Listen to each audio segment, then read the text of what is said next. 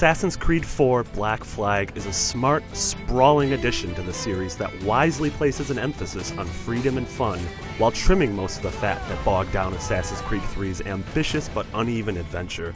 Ubisoft's take on the golden age of piracy begins in 1715, and is presented in a much appreciated lighter tone that isn't afraid to make fun of itself in the name of an entertaining journey. And what a journey it is!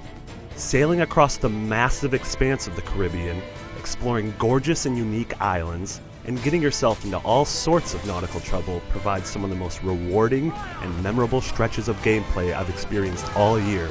Even after putting in well over 40 hours with the 360, PS3, and PS4 versions, I'm still discovering new islands to explore and tombs to raid. But as great as all of this is, be prepared for some rough waters along the way. As beautiful and epic as Black Flag can be when it takes the leash off of you, you'll have to wade through a surprising amount of uninspired core story missions that keep it from becoming the pinnacle of the series.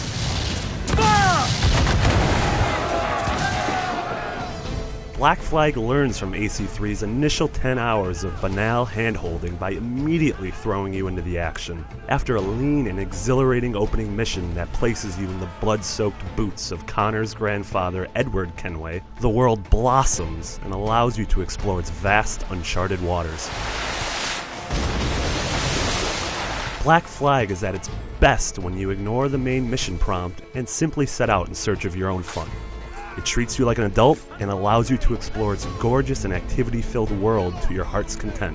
Want to discover every nook and cranny of Kingston's sprawling expanse in search of Templar secrets?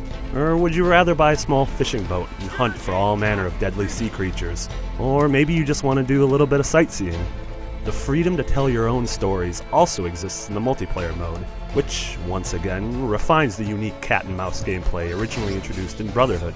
Having to blend into your surroundings and try to trick other players into thinking you're an AI NPC, just like previous versions, it's a refreshing change of pace from the standard deathmatch that's become the norm in most multiplayer games. But it's not the main reason to keep coming back to Black Flag. Multi-kill. Also back and better than ever is the series' signature feeling of momentum. It does a great job of marrying the vertical city-based traversal of AC2 with the energetic rural movement of 3.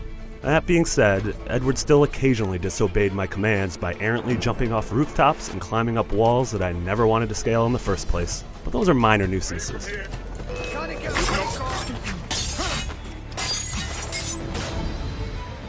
Ubisoft wisely avoids the morose spaghetti bowl that Assassin's Creed story has become in favor of a much lighter tale that embraces the adventuresome spirit of classic pirate stories. I loved the fact that Edward is unlike his assassin relatives, and much more interested in money than the opaque goals of some secret cabal. Sell that to the right person and I'd be the richest pirate. Privateer in the West Indies. That being said, Black Flag also tends to repeat some of the Assassin's Creed series' favorite mistakes, like forcing you to tail a prospective victim at a safe distance for minutes on end while you're given an exposition dump.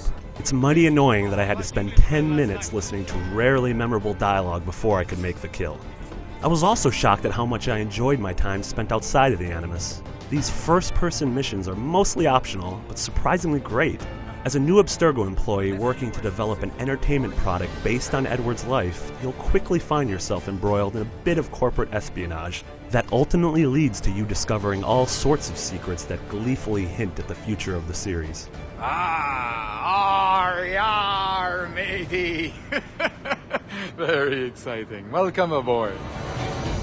No matter which system you decide to play Black Flag on, it's one of the best looking games of 2013. The current gen versions build upon the already gorgeous Assassin's Creed 3 by placing an emphasis on well-lit, tropical locales and the amazing water effects on the open seas. And on next gen, the experience is even more impressive thanks to the minimal loading and draw distances that seem to go on for miles. The way the camera zooms out when your ship reaches its maximum speed and you're bombarded with the sounds of the wind and the blood orange of a sunset are simply amazing.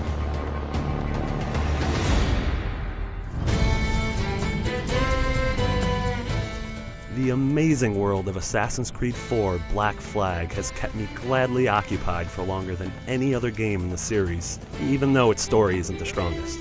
At no point in my dozens of hours was I ever at a loss for something to do. Simply sailing wherever the wind takes me and seeing what sort of trouble I could get into is a complete joy. As long as you can put up with some of the underwhelming main campaign, Black Flag delivers a world brimming with gorgeous places to go, amazing secrets to discover, and nefarious pirates to stab. IGN has a lot more videos on Assassin's Creed 4, but for now, I'll leave you with an extended look at one of my favorite moments in the game.